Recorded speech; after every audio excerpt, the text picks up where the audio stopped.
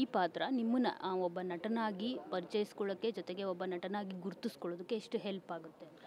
Definitely help ಆಗುತ್ತೆ ಮಗ. ಯಾಕಂದರೆ ಒಂದು ದೊಡ್ಡ ಚಾನಲ್ ಕಲರ್ಸ್ ಕನ್ನಡ ಅಂತ ಒಂದು ದೊಡ್ಡ ಚಾನಲ್ ಇಂದ ತುಂಬ ಗಂಧದ ಗುಡಿ ಅನ್ನೋ ಟೈಟ್ಲು. ಯಾಕಂದರೆ ಇದರಲ್ಲಿ ರಾಜ್ ಸರ್, ಅಪ್ಪು ಸರ್, ಶಿವಣ್ಣ ಅವರು ಮೂರೂ ಜನ ಗಂಧದ ಗುಡಿ ಅನ್ನೋ ಸಿನಿಮಾ ಮಾಡ್ಕೊಂಬಂದಿರೋರು.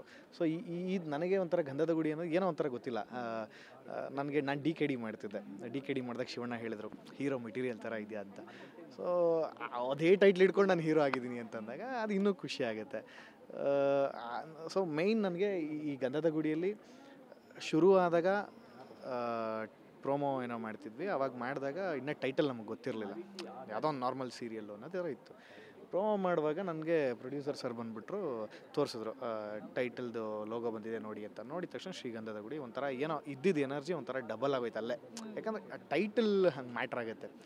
ಸೊ ಹಾಗಾಗಿ ಆ ಎನರ್ಜಿ ಜಾಸ್ತಿ ಆಯಿತು. ಅಲ್ಲಿಂದ ಕೆಲಸ ಮಾಡೋದು ಜಾಸ್ತಿ ಆಯಿತು. ಆ್ಯಂಡ್ ಈಗ ನನ್ನ ಮೇಯ್ನ್ ಥಾಟ್ ಏನಂದರೆ ಈ ಟೈಟಲ್ಗಾಗಲಿ ಈ ಸೀರಿಯಲ್ಗಾಗಲಿ ಯಾವುದೇ ಥರದ್ದು ಧಕ್ಕೆ ಬರದೇ ಇರೋ ಥರ, ಯಾವುದೇ ಥರ ಅವಮಾನ ಮಾಡದೇ ಇರೋ ಥರ ಕ್ಲೀನಾಗಿ ಮಾಡ್ಕೊಂಡು ಹೋಗ್ಬೇಕು ಪಾತ್ರ ಅನ್ನೋದು. ಬಟ್ ಪಾತ್ರದ ಬಗ್ಗೆ ಮಜಾ ಮಾಡ್ಬೇಕಂದ್ರೆ ನೀವು ಗಂಧದ ಗುಡಿ ಅಂತ ಇಡಬಾರ್ದು, ಬೇರೆ ಇಡಬೇಕು. ಯಾಕಂದರೆ ಅದ್ರಲ್ಲಿ complete dead opposite. Sir, big boss ನೋಡ್ತೀರಾ? ಅಂದರೆ ಬಿಗ್ ಬಾಸ್ಗೆ ಬರೋದಕ್ಕಿಂತ ಮುಂಚೆ ನಿಮ್ಮ ಸೀರಿಯಲ್ ಬರ್ತಿರೋವಂಥದ್ದು, ನೀವು ಬಿಗ್ ಬಾಸ್ನ ಎಷ್ಟು ನೋಡ್ತಾ ಇದ್ದೀರಾ? ನಿಮ್ಗೆ ಏನಾದರೂ ಆಫರ್ ಬಂದಿತ್ತಾ? ಏನಾದರೂ ಈ ಪಾತ್ರಕ್ಕೋಸ್ಕರ ಅದನ್ನು ರಿಜೆಕ್ಟ್ ಮಾಡಿದ್ರೆ ಹೇಗೆ? ಇಲ್ಲ, ಆ್ಯಕ್ಚುಲಿ ಏನಂದರೆ ಬಿಗ್ ಬಾಸಿಗೆ ಬಂತು ಈ ವರ್ಷ. ಬಟ್ ನಾನ್ ಫ್ರಿಕ್ಷನ್ ಅವ್ರಿಗೆ ನಾನು ಸೀರಿಯಲ್ ಮಾಡ್ತಿರೋದು ಇಲ್ಲಿಗೆ ಗೊತ್ತಿರಲಿಲ್ಲ. ಫ್ರಿಕ್ಷನು 4 ದಿನ ಶೂಟಿಂಗ್ ಆಗಿಬಿಟ್ಟಿತ್ತು, 1-2 ದಿನ ಪ್ರೋಮೋ ಶೂಟ್ ಆಗಿತ್ತು. ಅವತ್ತು ಕಾಲ್ ಮಾಡಿದ್ರು ಹಿಂಗೆ ಅಂತ. ನಾನು ಇಲ್ಲ, ಆಲ್ರೆಡಿ ಕಲರ್ಸಲ್ಲೇ ಇದ್ದೀನಿ, ಈ ಸಲ ಇಲ್ಲ ಆಗುತ್ತೆ. ಸರಿ ಬಿಡಿ, ಇಲ್ಲೇ ಇರ್ತಿರಲ್ಲ, ನೆಕ್ಸ್ಟ್ ಯಾವಾಗ ಮಾಡೋಣ ಅಂತ ಹೇಳ್ಬಿಟ್ಟು ಹಂಗಾಯಿತು. ಪಾತ್ರಕ್ಕೋಸ್ಕರ ಏನು ಬಿಟ್ಟಿಲ್ಲ, ಇದು ಶುರು ಆಗಿತ್ತು ಮುಂಚೆನೇ. ಅದಾದಮೇಲೆ ಅವ್ರ ಕಾಲ್ ಬಂದಿತ್ತು.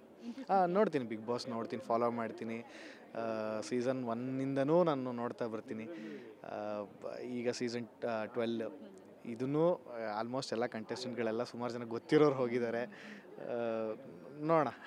ಇಲ್ಲ, ಫಾಲೋ ಮಾಡ್ತೀನಿ ಬಿಗ್ ಬಾಸ್. ಯಾರು ನಿಮಗೆ ಗೊತ್ತಿರೋರು ಹೋಗಿದ್ದಾರೆ? ಯಾರು ವಿನ್ ಆಗಬೇಕು? ಯಾರು ತುಂಬ ಇಂಟ್ರೆಸ್ಟಿಂಗ್ ಅನಿಸಿದ್ರು ಈ ಸರಿ ಬಿಗ್ ಬಾಸ್? ನನಗೆ ಗೊತ್ತಿರೋರು ಸತೀಶ್ ಅವ್ರು ಗೊತ್ತಿದೆ, ಸತೀಶ್ ಕಡವಂಸ ಗೊತ್ತಿದ್ದಾರೆ. ಆಮೇಲೆ ಗಿಲ್ಲಿ, ಕಾವ್ಯ, ಇನ್ನೊಂದು 3-4 ಜನ ಇದ್ದಾರೆ, ಒಂದು ಸ್ವಲ್ಪ ಜನ ಗೊತ್ತಿರೋರು ಇದ್ದಾರೆ. ಸೊ ಹಾಗಾಗಿ ನೋಡೋಣ. ಇಲ್ಲ ಮೇಡಮ್, ಒಂದು ವಾರ ಆಟ ಆಡೋವರೆಗೂ ಯಾರಿಗೂ ಗೊತ್ತಾಗಲ್ಲ. ಇಲ್ಲ, ಹಂಗೇನಿಲ್ಲ. ಯಾರೇ ವಿನ್ ಆದ್ರೂ ನಾನು ಹೋದಾಗ ಮಾತ್ರ ಕೇಳಿದ್ರೆ ನಾನು ಹೇಳ್ತೀನಿ ನಾನು ವಿನ್ ಆದರೆ ಅಂತ. ಈಗ ಅವ್ರು ಯಾರೇ ವಿನ್ ಆದರೂ ನನಗೆ ಖುಷಿನೇ. ಡೆಫಿನೆಟ್ಲಿ ಶ್ರೀ ಗಂಧದ ಗುಡಿ ಕಲರ್ಸ್ ಕನ್ನಡದಲ್ಲಿ ಅಕ್ಟೋಬರ್ 6ನೇ ತಾರೀಕು 8 ಗಂಟೆಗೆ ಶುರುವಾಗ್ತದೆ. ಸೊ ನಿಮ್ಮೆಲ್ಲರ ಪ್ರೀತಿ, ಸಪೋರ್ಟು ಇಷ್ಟು ವರ್ಷ, ಇಷ್ಟು ದಿನ ನಮಗೆ ಮತ್ತು ನಮ್ಮ ಬೇರೆ ಬೇರೆ ಕಲಾವಿದರುಗಳಿಗೆ ಕಲರ್ಸ್ ಕನ್ನಡಗೆ ಹೇಗೆ ತೋರಿಸಿದ್ರು, ಇನ್ನು ಮುಂದೆನೂ ಕೂಡ ಅಷ್ಟೇ ಪ್ರೀತಿ ಕೊಟ್ಟು ಎಲ್ಲರೂ ಸೀರಿಯಲ್ ನೋಡಿ ನಿಮ್ಮ ಅಭಿಪ್ರಾಯಗಳನ್ನ ತಿಳಿಸಿ. Thank you so much. All the best ನಿಮಗೆ. ಸೊ ನೋಡಿದ್ರಲ್ಲ, ಇದಿಷ್ಟು ನಟ ಭವಿಷ್ ಅವರ ಮಾತು. ಕ್ಯಾಮ್ರಾ ಪರ್ಸನ್ ಸಂದೇಶ್ ಜೊತೆ ಮಂಗಳ ರಾಜಗೋಪಾಲ್, TV9 ಬೆಂಗಳೂರು.